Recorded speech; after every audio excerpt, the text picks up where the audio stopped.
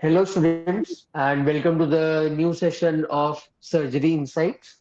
Today, the topic of discussion is the examinations. So while we give exams, we have so much in the backlog of our mind that we always get confused. We always get queries about how to manage the time, how to manage the schedules, how to manage the topics, and how to read, how much to read, and especially what to read. So to solve all these queries and make a way out of every confusion of yours, we are we have started this series to discuss the examinations properly with the guidance of himself, SRB sir, and his colleagues and his students, and obviously the audience which are going to watch this. So yeah, we are just starting this session with the SRB sir, and over to sir. Thank you, Aditya, and thank you, Divya, Shreya, and everybody. Thank you, dear students. I'm here again after a more month or more than that live session, but daily my lectures, video lectures are coming in the YouTube and other things evening time. Today is a special topic. We thought exam is nearby final year. So how to face the examination, how to prepare specifically for theory and clinical. Of course, clinical I will discuss the eventual sessions. I will going to discuss how clinical examination will be. But today's is focusing on the how to face the theory examination. How exactly we'll prepare the theory. Often we find difficult to get stressed, then we will be confused what to read, what not to read. Then finally everything will be grumbled, and finally won't be able to do a focused answers to the given questions unless you prepare it in a formal way, in a orderly fashion. So that's why the preparation for theory is a separate method, and there is a clear technique so that you have to prepare specifically for the exam. So that's what exactly I'm going to discuss. So you'll have the clear idea so that you can incultivate this whatever I have told while preparing for the exam. Probably final year surgery exam is due in January, February. So I got a good 3 to 4 months. So start preparing in this way. It very, very useful to you all while facing the surgery theory exam as such. So Shreya, can you share the slide?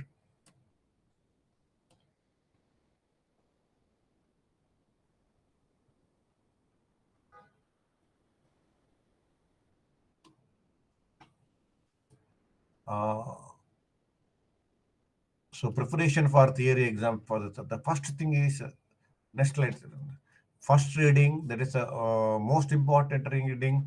It should be done in well in advance, and it is it's the most important method where you learn everything. You go in detail about the subject. You will have the wide range of thinking. You got a time to analyze. So you understand subject here. So this is a very important thing where you get the knowledge of the subject, and eventually you make it a very precise way to that you'll have a focused reading in due course of time when you face the exam or theory papers as such. So it is you got enough time but to plan it daily reading is important because you got many subjects here. You got a surgery, you got medicine, you got obstetric and gynecology main subject, then you got a pediatrics, then other allied subjects along with that. Orthopedic comes as a section on the section in the surgery. So all these things also you have to prepare. So daily reading, daily understanding, daily preparing, and preparing small notes. Also analyzing, correlating everything you do, so that it's a real learning of the subject academically, practically, theoretically, everything in depth. So that is the first reading is very, very important for learn the subject. So continue, Shreya. Should clear the doubts, mark important areas. Uh, Shreya, continue. And any reference needed should be done in this slow, detailed understanding reading. So that's what I am telling. Keep ready line diagrams, flow charts for final reading. So everything should be read, everything should be there. So this will benefited with the discussion. You can always discuss with the friends, batchmates, colleagues, postgraduates will be there in the hospital. You can always speak to them, and they'll be very willing to discuss and with the for if you show interest, and they'll be having more ideas. So they will tell because they already passed the MBBS, they have taken the entrance exam. So if you speak to them, discuss with them, they will express their views and how to go ahead and discuss subject also. So we will have a in-depth knowledge in that. You can clear your queries, doubts, confusions, and rather it requires involvement, day-to-day analysis, daily reading, and clearing the understand the subject. It is the important, the first reading, and in this reading, it makes very important for MCQs, because this reading helps in understanding MCQs, because MCQs may be tough also. Each topics it will be asked. So MCQ, if you understand the subject, analyze the subject, then you will be able to answer MCQs better way.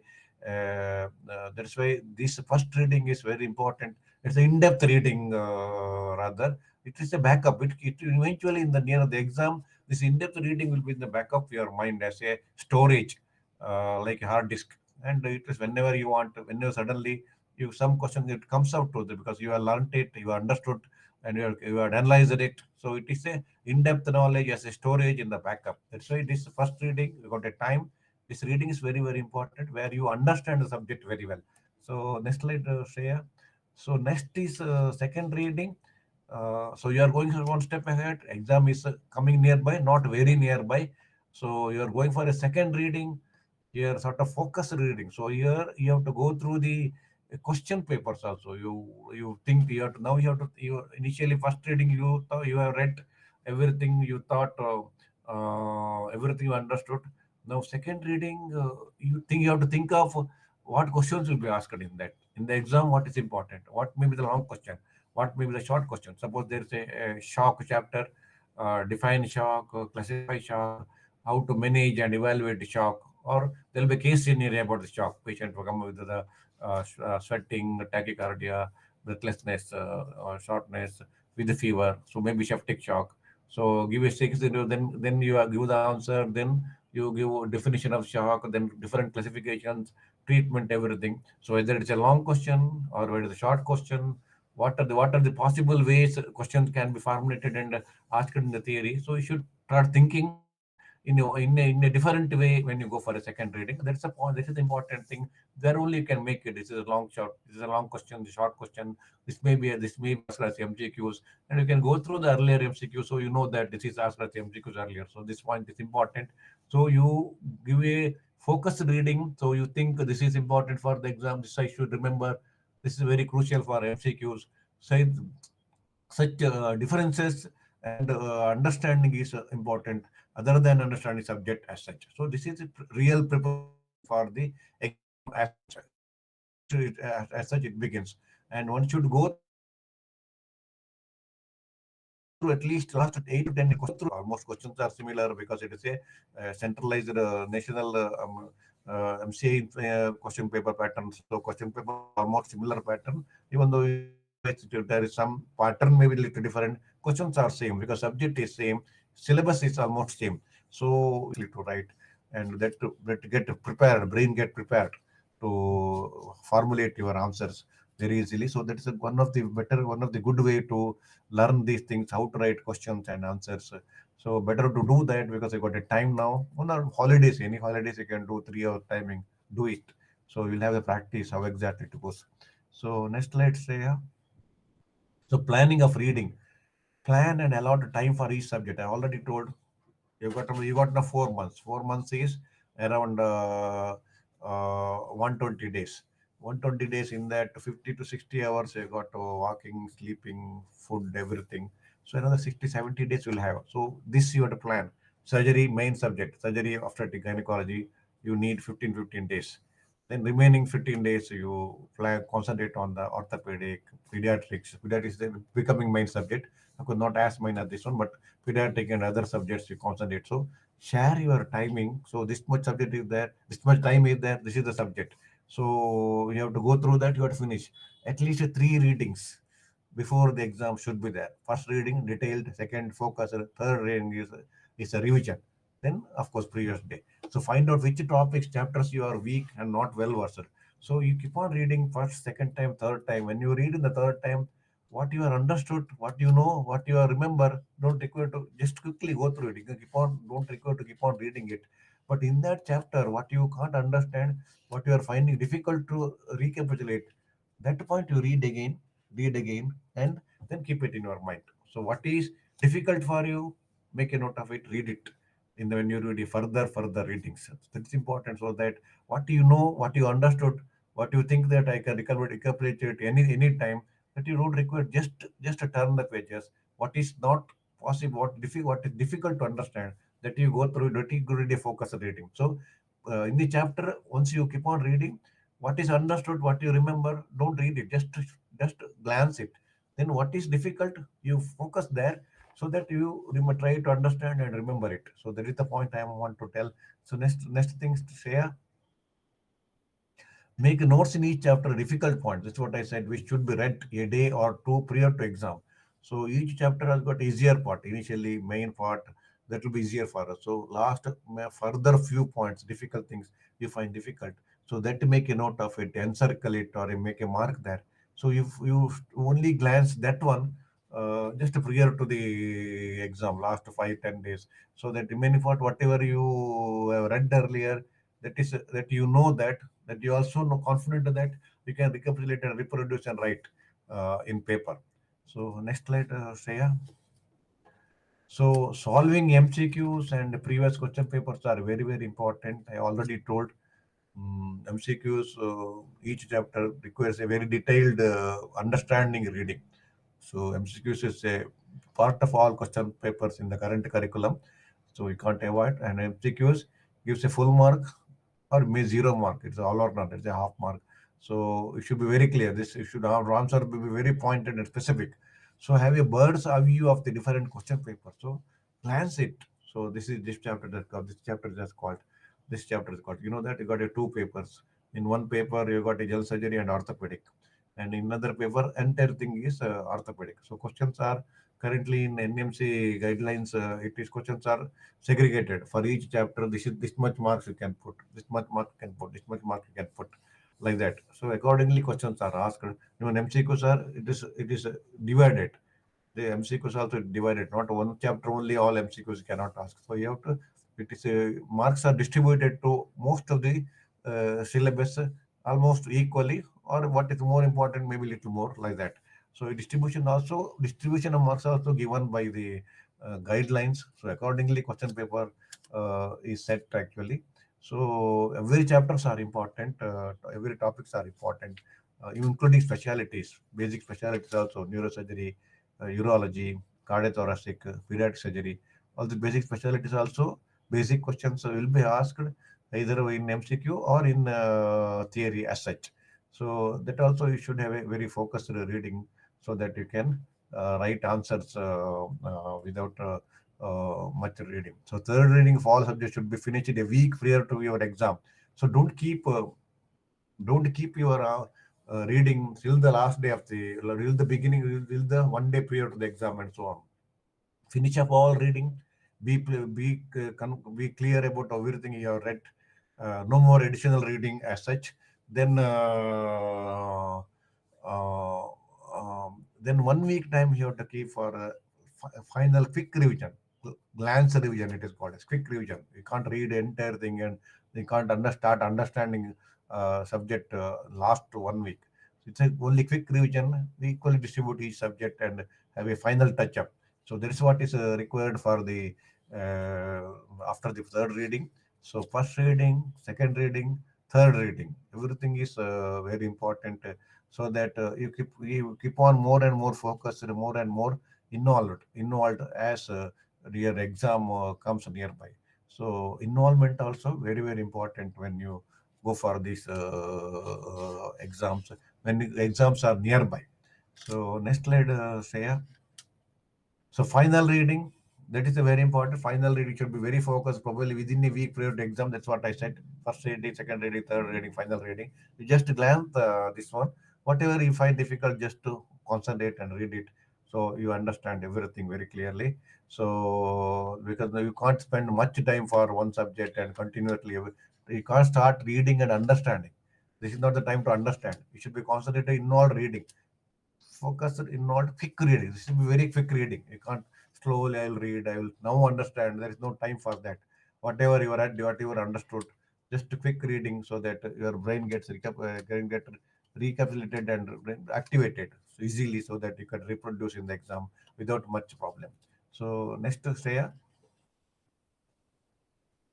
don't get distracted. That's also important. Suddenly somebody will call, last within a 1 week prior to the exam, we'll go for movie, we'll go for walk, we'll go for food outside. Then everything is distracted. So again, you come back to the track. It takes us. We are in a track now. Can't go out of the track near the exam. It's a serious business exam. Even though many people don't worry, nothing happens. It's not so. It is your future. It is your profession. It is your reading and your marks and your final outcome, and it is very crucial for you and your parents. Whoever says nothing happens, it is not so. It is your involvement, so you need to be get involved. You should be in the track. Don't get distracted. You may be tested up. If you want to test it up, take a nap, go some walk around the your hostel or stay, but don't get distracted completely. One day I'm fully out of this one, because to come back to the track it takes time. So your brain to reorganize the brain takes time. Don't do that, because last 1 week you should be very focused without any distraction. And don't get over stressed yourself. Let's say take a nap, and take just watch for 10-15 minutes of TV, or small walk, 5-10 minutes walk. Will refresh yourself. That is sufficient, rather than getting out of the book for a day or two. Don't do that. You should know what to run through in each chapter previous day of exam. Everything you can't go through previous day of exam. Remember, it is not possible. Such a big book, so many chapters are so wide range of subject, and you don't expect you will finish previous day night continuously read, sleepless, and finish, and next day I will write the exam. So it won't happen. So there's a point you have to remember. Don't keep anything for a pure day night. Pure day night only quick reading. So you don't learn anything pure day night. So next slide, Steya. Previous day of the year exam is very important. Have a good sleep of at least not entire day, 5 to 6 hours good sleep makes your concentration very very good during theory exam. But if you become sleepless, you'll be tired, your eyes are exhausted, your brain find difficult to extract things and make your expression more clearer. So have moderate rest, but on the other hand, without any stress, sleep good, have a fully sleep, and don't read anything, just to go. Then it will make a very casual attitude that will really won't be able to, because you need some adrenaline, some sort of stress to any job, any focused or professional job. So have a moderate stress. Don't get over stressed. Have a good sleep, not oversleep also. That will also don't feel tired yourself. That's also important. To getting don't get tired. Meantime, remember you have to be should have a moderate rest. That's also important. But sleeping at least 5 to 6 hours, that's important. Otherwise, you get tired. You won't be able to express properly in theory exam.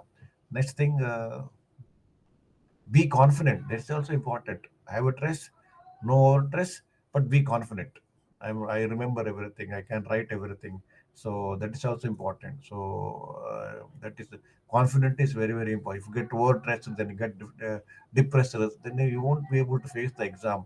So you'll be very should be you are very if you are very anxious, then you won't be able to recapitulate. Even though you know the questions, you have read everything, but you will find difficult to recapitulate and put it to the answer sheet. So only difficult parts and points which you have probably marked earlier just to go through. So that's a previous day, not entire thing. We just glance it fast. I have a timeline, one chapter, 10 minutes, 15 minutes. I'll go through it just to see that you know that this all these things you have read.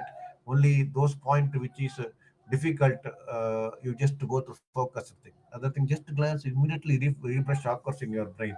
So within before 12 night, you finish all those chapters, everything, then and you go sleep. And early morning, of course, you can have a, whatever you feel think that I should see this one, see that one, and you are through with your preparation for the year exam very clearly. Next slide. So do not schedule yourself to read entire book on previous day. It is impossible. Don't never do that. You don't attempt that. It's not possible. That's why I said just glance. Next, continue, Shreya. Just to turn the pages quickly for refresh and recapitulation, which is probably to boost your confidence. It is rather, it is not learning. That is so that refresh your brain. So it boost your confidence. So you have to do that. Proper intake of water, food for energy is important. Again, don't get dehydrated. Take a lot of water the day morning, and take energetic food also, good food. And because if you're tired, your thinking process get slowed down. Your writing quickness also get slowed down, so your brain hand coordination also will be reduced. So everything will be haphazard. You will write, you may write everything, but you are not comfortable, and you are not, whatever you are written, you think it is not satisfactory, it won't be satisfactory. So finally, when you finish your theory answer, it should be very satisfactory. You should think that, you think that I have written properly, I am confident, it is good. You should have a confidence when you come out that it is good, I have done good. So that satisfactory thing to come, all these things are very very important to reach that. So don't get tired, have proper food and water, and sleep 5 to 6 hours, but have a moderate rest, and don't get distracted. All these things are very very important. This one, don't over it. They just go through it, glancing the chapters. What is difficult only which you marked earlier reading, that only you will read it. So that is more than sufficient to write everything, most of the things. So go through next, share. So allot time for long answers, short answers effectively. When you see the questions, immediately glance the question. This is long answer, this much time. This is short, this much time. As much as possible, try to write answers in the question order. Do not change the order haphazardly. Now, currently, of course, everything is digital writing with the laser pen in our university. It is like that. So answer questions are answer sheets are in order only. We can't change the order. But otherwise, if you are writing in the answer sheet, you can write short note first, number one, long answer later, last second long answer right at the end, full haphazard way that stresses the person who is correcting it. He get annoyed, then naturally marks may come down. At least try to maintain as much as possible, try to maintain the order of the question. You can leave, if a difficult question is there, you can leave the paper there for one question, write questions, write a little bit, and later you can join, you can write the complete the answers later period. As much as possible, try answer, write answers in order. It's very very important. That will not annoy the examiner or who is correcting the paper. Answer what you know, detail them as per need. What you don't know, don't write it, because examiners are so much expert. I've been correcting the answer sheet last 30 35 years. So we know that moment you write wrong thing, it comes to us. Immediately we pick up, and we think that this is wrong. So don't write wrong answers. Write what you know, write properly, detail properly, legibly. That's the important thing. What you don't know, it must be wrong only. So don't unnecessarily write it. So next, write line diagrams as and when needed. It's important. Line diagrams with the pen or pencil, and label it. That you really express, especially surgical anatomy or other thing, or surgical procedures, or your expression of principles. Then the draw diagram that gives a, like, it immediately examiner understands that the, like, look at the diagram, he immediately understands, you know that. So immediately he just glance your answers, so understand that you are written properly, you know things, you know subject very well. So that's why line diagrams are very, very useful wherever possible. Don't waste time unnecessarily, because time is very crucial again. Quickly draw the diagram. That's why you have to prepare, you have to learn these, drawing the line diagram beforehand only when you're learning. First and the first class reading, second reading only you start learning these things. That's important. Next slide. So write point answers with the brief relevant descriptions. That's again when you write, don't haphazardly write answer. Give a gap. Your handwriting may be bad. My handwriting is very worst actually. But write, give a gap for each sentence. Then give a gap for each word, so that the examiners can read. We know that you are under stress. You will write very quickly, so you won't expect you to write a very beautiful handwritings there. But you are adjusted to your difficult handwritings also. But the matter, we look into the matter actually. Even good handwriting or bad matter will not give marks. Poor handwriting, good matter, definitely will appreciate. But to try to write legibly with a good gap, so that let it not crumpled and so much cover, so much in a short, small pace, right? Put it so much things. Give a gap for your answers. Avoid writing wrong answers. I already told. Brief, relevant descriptions for your point answers. Put the point answers, but in the description.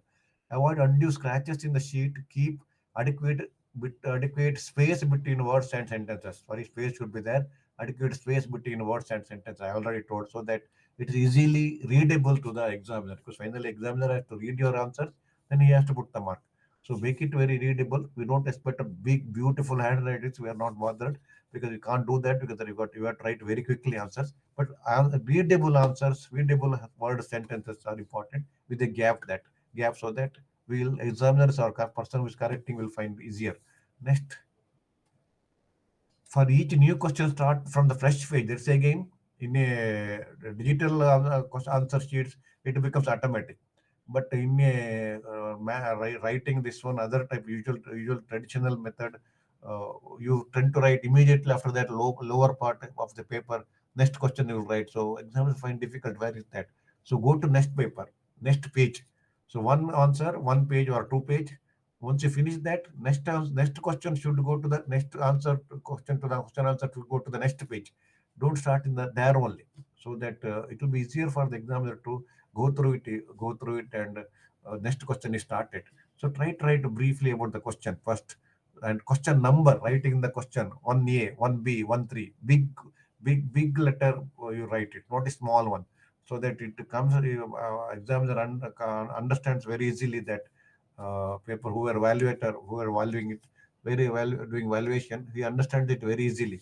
So the desk question is started. So question number, write in a big 1B, 1A, or 2C, 3C, or 234, so that it we won't, examiners won't miss that. Always start fresh questions in the fresh paper. That's very important again when you write in manual answers. Next slide. So answer in orderly way, like introduction, definition, pathology, features, evaluation, treatment schedule for each question. Next, use surgical principles in highlighting the treatment part. Again, it comes especially in the main question. Don't leave any questions. Every left out question reduces the total mark. This is very important. You keep on writing. Start writing everything initially. Lastly, at the end, you leave three, four questions in there. Sometimes two, three questions you are not aware of that. So if you leave some four questions, if it is out 5 marks question, 20 marks you are left. Your 80 marks answer sheet, only say you are writing up for 60 marks. So you are supposed to get 40 marks. So your stress of getting pass mark will be will be increased. So as much as possible, don't leave questions. All questions should be answered. That point is very important. So adjust your timing for each. At the end, when you finish the question answers, the 10 minutes before the 5 to 10 minutes before the timeline, you should finish, so that last 5 10 minutes you can go through all answers, stay thinking, go through answers, find and clarify if everything is okay and you are satisfied your answers, methodology of writing, everything. So timeline is important. Give 5 to 10 minutes before finishing the time. Only finish all questions and answers. So plan it. That's very important. Otherwise, it will be problematic. It will be stressed. Don't leave any questions. That's the most important thing. Next. So this is the just wanted to give a pattern of question paper. It is our Manipal University question paper. So this is how exactly these questions will be there. See that section A, section B is orthopedic actually. This is section A, general surgery, 40 marks. See that long answers. A 48-year-old housewife present with a thyroid swelling and a pulsatile swelling over forehead. So this is how exactly usually now questions are not straight questions.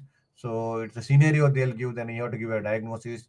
What is most likely diagnosed? You know that thyroid with the pulsatile swelling in the forehead. All of you know that it must be carcinoma thyroid, and in specific it is follicular carcinoma thyroid. You know that thyroid. Next question is how will classify thyroid neoplasm. You know that benign and malignant again Dunhill classification. Papillary carcinoma, commonest one. Follicular carcinoma, next one. Then the medullary from the C cell. Anaplastic is very aggressive. Lymphoma and secondaries and other malignancies. benign is follicular adenoma, mainly colloid type. So that is the classification for thyroid malignancies. And pulsatile secondaries is very specific, that is in the follicular carcinoma. So here your answer should be, what is the most likely diagnosis? This is the case scenario they have given. First is what is, it's a follicular carcinoma of the thyroid. Why? Because thyroid swelling is there, pulsatile swelling. It's the follicular carcinoma of thyroid mainly spread to blood. Then common site is spread is with the skull bone. Skull bone, it is usually they'll have localized pulsatile, soft, warm secondaries, because of the angiogenesis factor there. Because it's angiogenesis, so more vascular, and outer tubule and inner tubule of the skull is disrupted because of the destruction, and this contains colloid. Because secondary tumor colloid contains colloid, so it is soft in consistency. It's a liquid. So it is a partly liquid in status. So that's why you get a pulsation, even part of the brain pulsation, as well as highly vascular due to angiogenesis factors. It is pulsatile. Unlike other secondaries from other malignancies, they are in the skull. Usually, they are not pulsatile. They are hard actually. Here it is soft, well localized. So that's very typical of follicular carcinoma of thyroid. So diagnosis is follicular carcinoma of thyroid, and I will classify as a Dunhill classification. Enumerate four relevant investigations for your thyroid swelling. All of you know that. First thing is ultrasound. Next, so now currently ultrasound is the imaging investigation for thyroid. So you look at the thyroid, it's that's hypoechoic, hypoechoic, number of nodules, vascularity, power index, it is there, vascularity index is there now, and whether it is, and how many nodules, what type of nodule, contains fluid or not, it's a mixed one, complex. So extension, size, everything can be assessed in a proper in proper ultrasound. And lymph node status also they'll check. Secondary lymph nodes are lateral level 2, 3, 4, 5A. So the secondary lymph nodes also you can assess with that. And you can do ultrasound guided FNAC of the thyroid if lymph nodes are the lymph node also. So confirm the diagnosis. Of course, you know that follicular carcinoma thyroid FNAC may not be relevant. You know that capsular invasion and angio invasion are the specific features which cannot be identified by FNAC. Of course, currently DNA studies and other markers can be studied by the cell marker can be studied by the FNAC, where newer one, where through this you can still confirm follicular carcinoma thyroid, but by and large is the histological diagnosis, capsular invasion and angio invasion, and other investigation T3, T4, TSH functioning or not, because most of the malignant follicular carcinoma thyroids are non-functioning. 1 to 2% can be functioning, but still you have to do T3, T4 to TSH. Then of course special imaging like MRI neck, or assessment of the metastatic workup, like if it's skull, this one skull secondaries in this patient, because you have to do a skull MRI, head MRI, because pulsatile swelling is there. So metastatic workup plus ultrasound neck, FNEC. Then third one is functional status. The metastatic workup mainly MRI skull. So these are the four investigations they have to do and describe treatment. Well, of well-defined thyroid cancer treatment is, even though it's a stage 4 disease, you have to advance disease. Total thyroidectomy is a must. So total thyroidectomy you have to do. Plus, you know that why you want to do total thyroidectomy. The reason is because you have to give a radioactive iodine therapy for the secondaries. So make it active to reach there. If there is a thyroid, it won't reach. So we have a radioactive iodine 131 therapy is a must in this patient. So do total thyroidectomy, then give radioactive iodine therapy. The TSH should be more than 30 to give radioactive iodine therapy. That point also important.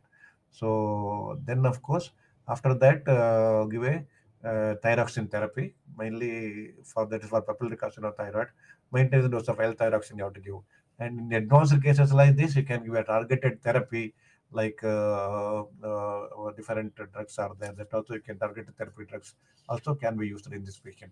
So this is how exactly how we'll treat total thyroidectomy, radioiodine therapy, maintenance of L-thyroxine plus targeted therapy. This is the different treatment strategy in this patient you can have when this comes at the start. So case scenario is there, subdivision 4 questions are there. So specific questions by these findings you should be able to use. So this is follicular carcinoma thyroid, advanced with the secondaries in the skull.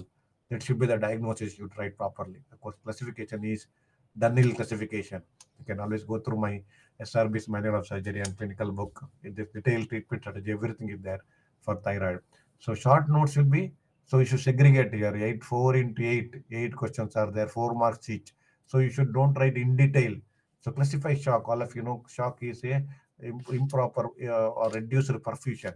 So that reduce oxygenation and hypoxia. So what is the, how will classify? Hypovolemic shock, uh, septic shock, distributive shock, anaphylactic shock, cardiogenic shock, cardiac compression shock. This is the basic classification. Different classifications are. This classification for it that is sufficient. So hemorrhagic shock is a type of hypovolemic shock. Any bleeding, trauma, major surgeries. So how will you grade it? Grade 1 is less than 15% bleeding. Grade 2 is 15 to 30%. Grade 3 is 30 to 40. Grade 4 is more than 40. So accordingly, you got feature. Grade less than 15, there is a compensated. Then after that, they will have a tachycardia, hypertension. Then there will be sweating, shock features will be there. Grade 3. Grade 4 is severe shock. So that's how they present to it. So there are four grading. So basically put in chart. So in a table form, you'll be able to give a grading of the hemorrhagic shock. It will write in a table. You can put everything and put a give a answer. So classification with the definition with the grading. That's how exactly right. Hyperkalemia and how to treat. Always one question from the electrolyte chapter will come. Remember in general surgery. So here they asked hyperkalemia. You can also hypokalemia also commonly asked. Hyponatremia is very common entity, especially in surgical side after surgery, major surgery. So hyperkalemia, hyponatremia. These are the basic things which is asked in illiterate chapter for undergraduates. One of the question is hyperkalemia. What are the causes? Excess intake, renal pathology, then uh, then ADH related diseases, foot surgery. So there so many causes are there. More infusion of the potassium. So how they present with muscle weakness, tiredness, and normal value is 3.5 to 5.5 millimole. Anything above 5.5 is called as hyperkalemia, and mild, moderate, severe, and fatal. Classification is there. Anything above 8.5 is fatal, above 7 is severe. And how will evaluate serum electrolytes? Definitely good answer. Then evaluation for the cause as such. And of course, ECG gives a T wave differences and prolonged QT interval, all those things. So ECG will definitely should be done. Cardiologist should come. Echo also should be done and immediately treat this one. Usually, calcium gluconate or calcium chloride is ideal treatment along with the fusamate. So reduce the potassium level. Diuretics has to be given, and sometimes you should have ECG monitor. Then treat the cause. So these are the different treatment as well. Salbutamol inhalation also helpful for hyperkalemia. So different treatment strategies you have to write in hyperkalemia. So like that, any literate strategy, point answers you should give. Hyponatremia, hyperkalemia, how to treat hypernatremia, different classic types. Just because often difficult to remember these things. That's why make a in each chapter make a put a sheet, clip a sheet there, then write hypokalemia. These are the things you have to remember. So whatever I told, these points if you write that's sufficient. So description will for your understanding purpose. So that you make a note of that at least for near to write in the exam. So like that, next is complications of blood transfusion. All of you know, mainly reaction, then transmission of infection, hepatitis, syphilis, AIDS, HIV. All those things are transfused through the blood transfusion. Then acute lung injury, TRAL it is, transfusion-induced lung injury. Then sometimes jaundice can occur, hemolysis and jaundice. So different complications are there. Just cardiac failure can occur because of the over volume and massive transfusion cause itself, electrolyte imbalance, then hemolysis, overloading. So all those complications should be able to enumerate and give a small description, 1 or 2 sentence description that is sufficient. How do we assess severity of the burns? All of you know rule of Wallace is rule of 9, and accordingly, then first degree, second degree, third degree, accordingly it is assessed by severity of the burn, and that is how that is the answer. So Wallace's rule of 9 you should explain. Explain any one formula used for calculate fluid resuscitation in burn victim. Parkland regime is the commonly used. Muir and Berkeley regime also it is used. So these two formulas you should remember. When always very commonly asked question this one. pre-malignant conditions of the oral cavity. All of you know that pre-malignant condition, preclinical lesions are different entity, but now only it's currently considered as the same. Leukoplakia, erythroplakia, candidiasis, submucosal fibrosis, lichen planus, cirrhotic anemia, pseudophilic anemia. All the things are the pre-malignant conditions of the oral cavity. You should be able to explain a little bit for each. That will complete the short note.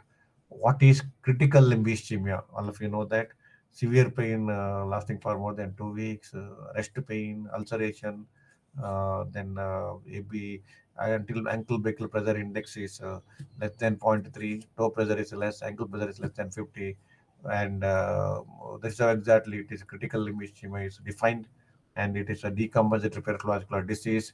Now, question it again is switch to the different thing. What the signs of acute limb ischemia? Short duration, usual cause is embolism. Then acute thrombosis is the second cause. Trauma may be possible. So embolism is a very common cause. Sudden onset, progressive, rapidly the formation of the gangrene, especially in the limb, lower limb and upper limb, mainly lower limb, often upper limb. So that is a feature of embolism, very sudden onset. So here golden period is very important. 6 hours. Within 6 hours, you should evaluate and remove the embolus by embolectomy, along with of course anticoagulant you should infuse. Sometimes streptokinase you have to infuse. So all the answers should be written a few in the description, proper point wise. That is sufficient because a short note. Discuss theories explaining the etiopathogenesis of venous ulcer. What are the component of Bisegard regime?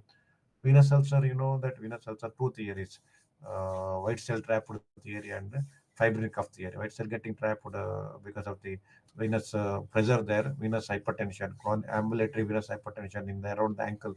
Normal is 20 to 30 millimeter mercury, where in this patient it's a more the 80 or more than that. So perfusion pressure is reduced so that there is a uh, uh, uh, terminal perfusion areas, capillaries functioning is also lost. So there is severe hypoxia also. So white cell get trapped there, and because of the hypoxia, RBC get lysed, hemosiderin get released, and hemosiderin causes severe irritation and fibrosis of the area, ulcer formation occurs. So that is how exact ulcer forms. So you just to remember white cell trapped theory and fibrin cuff theory. So that once you remember this one, you can explain further so that you can respond. If you remember these two things, you can respond the answer. Hemosiderin, RBC lysis, that is fibrosis, lipodermatosclerosis, venous ulcer, and so on. So point you should remember. That's important thing. Then you should be able. If you don't remember the word white cell trapping theory and fibrin cuff theory, then you won't be able to give an explanation. So these points, if you remember, then automatically it comes to your mind that explanation is like this. So this is exactly what to remember. So what are the component of Bisegard method? It's a treating for the venous ulcer, elevation, passive exercise, active exercise. Of course, this is the basic thing for the Bisegard method of this one. Elevation reduces the venous pressure, so increases the perfusion, and hypoxia is reduced and promotes the ulcer healing. And active passive exercise also increases the perfusion. And of course, along with that, dressings, discharge study, so that's not part of the Bisegard method, but part of the venous ulcer management. And if required, proper antibiotic. Then once it granulase for grafting, of course, treat the varicose vein accordingly by surgery, different newer technology, laser, RFT, radio frequency, and other things. So there is a treatment strategy you have to remember for venous ulcer. So Bisegard is these are the component. BISGAARD, remember spelling is DAARD. So that's a Bisegard method. What is modified radical mastectomy? It is a removal of the breast nipple areola along with the axillary lymph nodes. Level 1 and 2. Level 3 is not removed, unlike in the radical. So the T type PTs is the removal of the petrous minor also, or removal of the cutting or removal of the cutting the tendon, removal of the tendon. And scanlon is the incising the petrous minor so that you will have proper access to the axilla, whereas chin clause is the lift, retracting the petrous minor muscle and clear the level 1 and 2. Level 1, 2, 3 are there, but only 1 and 2 you clear the lymph node. Level 3 lymph node above the level of the axillary vein is not cleared. Axillary vein is the landmark, remember. Axillary vein is the landmark for MRM. Remove entire breast with the tumor, skin, involved skin if it is so, and nipple areolar complex. So along with the axillary lymph nodes up to the level 2. That is the meaning of the modified radical mastectomy. So indications, whatever the tumors which are not suitable for BCS, breast conservative surgery, are the indications for MRM. More than 4 centimeter, multicentric, high graded central tumors, skin involvement, nipple area compromise, like that. These are the tumors which are not suitable for breast conservative surgery, or volume is less, breast volume is less, tumor volume, breast ratio is not possible for breast conservative surgery. In such a situation, you have to do a modified radical mastectomy. Usually, currently done procedure is across. You lift the retract the petrous minor muscle and clear this one. Aching cross is the commonly done a type of the MRM. That is a MC question. Remember. So that's how exactly you'll go through all these questions. Now, why I am just giving the answers is, go through the question paper and look at the questions, and immediately you don't require to remember. Now when this question paper comes to you, you don't require to remember every surgery subject, only remember this one. So start writing. When you start writing, start thinking, so it immediately comes to your brain that these are the things I only have to remember. Now again, analyze which is difficult, which is easier, then start writing. Leisurely you write, don't require to remember all the things. Now you start writing in orderly. Then when you start writing, because you have read for 2 3 times earlier, as the way I have told, first reading, second reading, third reading, just recapitulation, then you won't be having any difficult to write these answers, because all these are standard questions. There are no uncommon questions in this question paper. Thyroid is common, all these things are very commonly asked questions, very relevant, surgically related questions. These are so uncommon questions are not present in this. They're very common thing. So you can't miss any answer. You don't should not have any difficulty in answering. But only thing, plan your timing, 1.5 hour time this one. So you should be able to write everything properly, well, briefly, in a point way, with whatever line diagram is required, you can, or table required, you can put it in a table and put it. So going through the question paper gives idea that what to read, what to focus. That's why I always remember 10 question paper. Go through that. You got enough time, another 4 months. Just typically, whenever type from discuss with their colleagues, students, friends. So they will also get involved. So you just recapitulate answers. So what when you don't recapitulate, just to go through the book. My manual book is there, current edition. Just then what answers you have missed, so that you will remember. You will be able to remember then. So keep on revising like that. It's not just reading randomly, just reading without any focus. The focused, prepared reading is very very important. Once you start in second reading, after first reading, then you keep question paper aside. Also previous question paper. So the idea how questions are performed. So these things are very easy to remember. So next slide, Shreya. So this is the orthopedic question paper. I'm not going to deal these things. This is exactly, but so B and separate. This is the main paper question paper. Again, it's a time up actually. So next any other sessions, I will discuss one more question paper eventually. So remember, but these are the questions. So write in orderly. Immediately have that some. See here, primary survey in blunt injury abdomen is another tough question. How to do primary survey? Initial assessment, fast, focused ultrasound immediately, then emergency, this one, all those things. So that requires a very focused reading. PSA, H pylori are easier questions. Gallstone is easier question, but uncommon thing. Remember, see, gallstone is not very common. As a surgeon, we come across once or twice in our surgical career, but it is asked a short note because they are in the syllabus. So you should be able to answer. Because that is quite common. Pseudocyst is common. Hernia is common. Carcinoma esophagus is common. Intestinal obstruction, four causes. Intestinal obstruction, you know that Hirschsprung disease, electrical malformation, intussusception, like that you should be able to answer. Pneumothorax is specialty, RCC is common, hydronephrosis is common, see femoral hernia, subarachnoid hemorrhage. All these questions are common, except primary survey is a difficult one. Gastrocnemius is uncommon but can be asked. Again, main question see that 2-year-old female undergone cesarean in the past, was brought to the emergency triage with colic abdominal pain, frequent bilious vomiting of 2 days duration. What is the diagnosis? Why do you say diagnosis? Naturally, it is intestinal obstruction, because previous to cesarean adhesions must be the adhesion. You know that commonest causes for adhesion of intestinal obstruction is adhesions and hernia. Older days is hernia, now adhesions and hernia, mainly adhesions. So this is a very clear cut. It's adhesive obstruction. So clinical features are distension, vomiting, colic pain, dehydration, decreased urine output, sweating, hypertension, maybe eventual course of it. So how to manage? Take an X-ray initially start IV fluids, pass rise tube, pass catheter, give a proper fluid, then X-ray abdomen and lower chest. In erect posture, you can see multiple airflow levels. Then CT chest is ideal. CT abdomen, sorry, not chest. CT abdomen is ideal investigation. Serum electrolytes, you have to start antibiotic. Then now, if it is adhesion, you can go ahead with the laparoscopy. Otherwise, if you think of if condition is not suitable for laparoscopy, then you can do a open surgery and identify the obstruction, release the obstruction, either resection or release of the obstruction. Depending on the situation, you may add on to stroma also. So exactly plan the, so it is a very case scenario. So most of the time main questions are case scenario. So if you have seen cases in the ward, if you understood things, you'll be able to answer very easily. Say like same thing, 75-year-old man was brought to the hospital with reducible mass for act of 3 months duration. On a question, he also said there was mucus in the stool. Mass was seen about 4 centimeter outside the anal opening and prolapse outside about 8 centimeter on coughing and squatting position. So what is the most likely? So that 4 centimeter squatting position, all these points are very important. So it is a prolapse, rectal prolapse. So it is more than 4 centimeter means it's a complete. That's why this time dimension is given, the length and squatting, straining. So it is mostly rectal prolapse, complete type.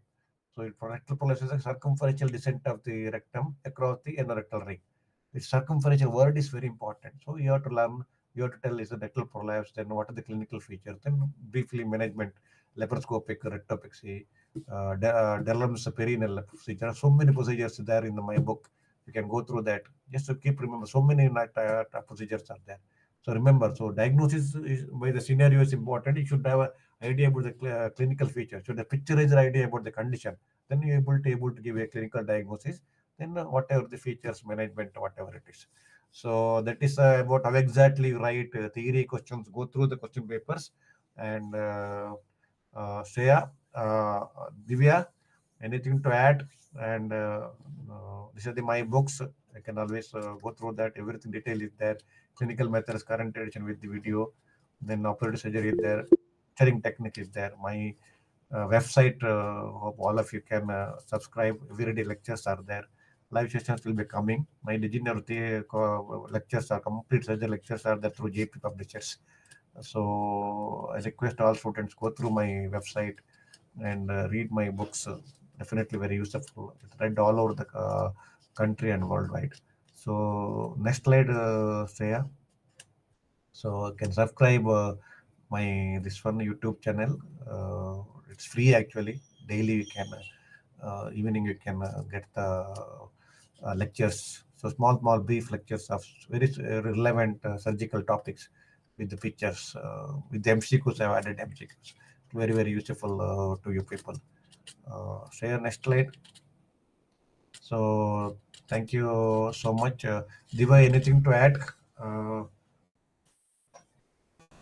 Or students anything to ask, they can put in comment box eventually also in my lectures. I can whenever I permits I can give the answers, whatever it is. So next session is next week 19th. I'm going to discuss about the examination of hernia. Hello, who's hello, Aditya?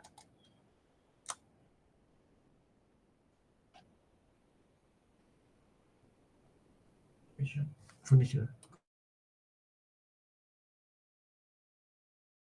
into the question order. Remember to guard your privacy and everything. Like, Keshav ask a question. Sir, pre-final year students still in dilemma whether we need to prepare in terms of theory exam or next pattern. Uh, Keshav has asked whether pre-final students still in dilemma whether we need to prepare in terms of theory exam or next pattern.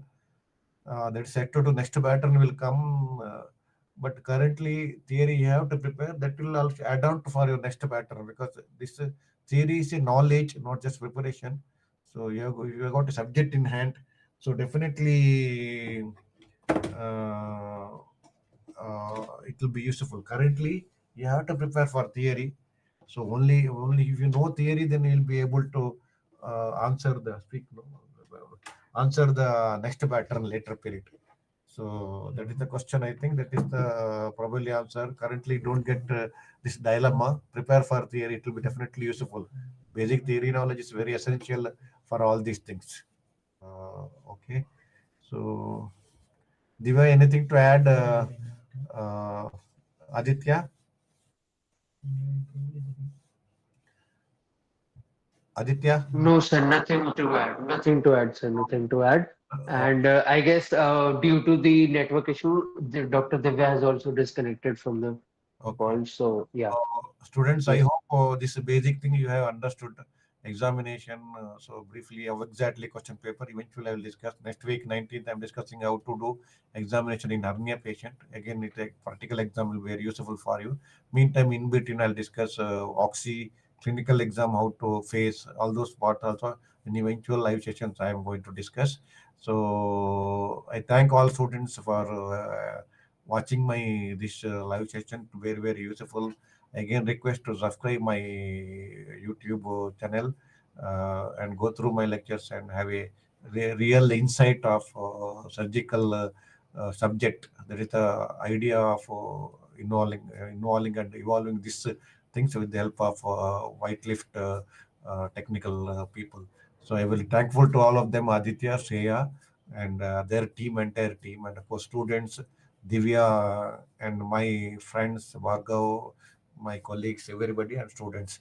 So see you on next 19 next Thursday, 7 to 8 p.m. How to examine hernia patient live session for 1 hour. Thank you very much, Aditya, Shreya. Thank you very much. So we'll wind up, Aditya.